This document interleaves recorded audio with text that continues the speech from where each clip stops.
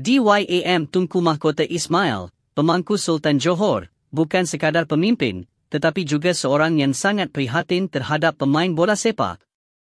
Kali ini, baginda menerima menghadap bekas pemain sayap Harimau Malaya, Muhammad Gopi Rizki, yang pernah menyarung jersey Johor Darul Tazim, JDT. Sementara itu, Ferdi Druij, bekas penyerang PEC Zuol, membuka cerita menarik tentang kemungkinan beliau menyertai Harimau Malaya. Jom kita ikuti kisah penuh inspirasi ini. Muhammad Gopi Rizki, bekas pemain sayap Harimau Malaya dan JDT, menjadi bualan ramai apabila memilih menjual air balang sempena bulan Ramadan. Langkah ini diambil selepas beliau tidak menerima gaji selama 8 bulan daripada sebuah pasukan di Lembah Klang.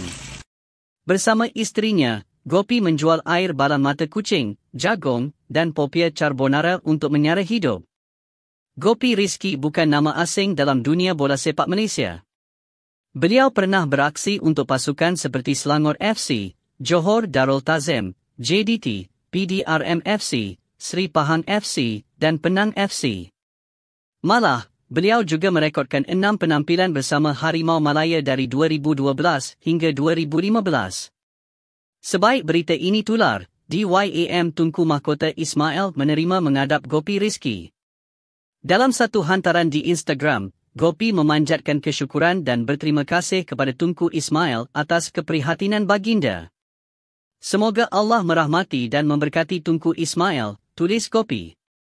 Keprihatinan Tunku Ismail terhadap pemain seperti Gopi Rizki adalah salah satu sebab mengapa ramai pemain tempatan bermimpi untuk menyarung jersey JDT.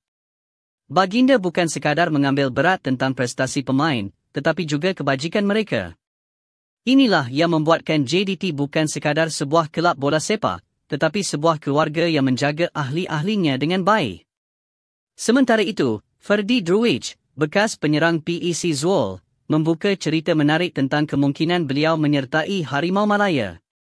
Dalam temu bual bersama ESPN Netherlands, Druij berkata, beliau terkejut apabila sebuah akaun Instagram mula mengaitkan namanya dengan Malaysia. Menurut Druij, akaun tersebut mendakwa bahawa nenek beliau memiliki susu galuh dari Malaysia. Malah, ibu bapa Druij sendiri tidak mengetahui tentang hal ini. Ibu bapa saya pun tidak tahu banyak mengenainya, kata Druij.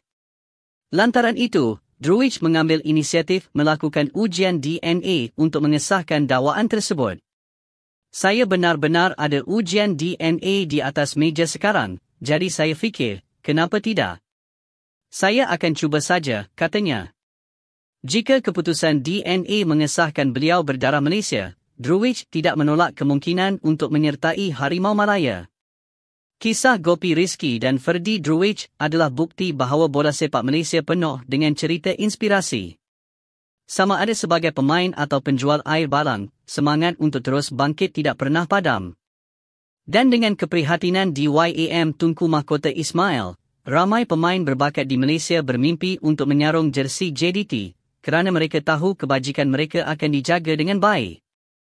Jadi, adakah kita akan menyaksikan kejayaan besar Harimau Malaya di kelayakan Piala Asia 2027? Ikuti perkembangannya.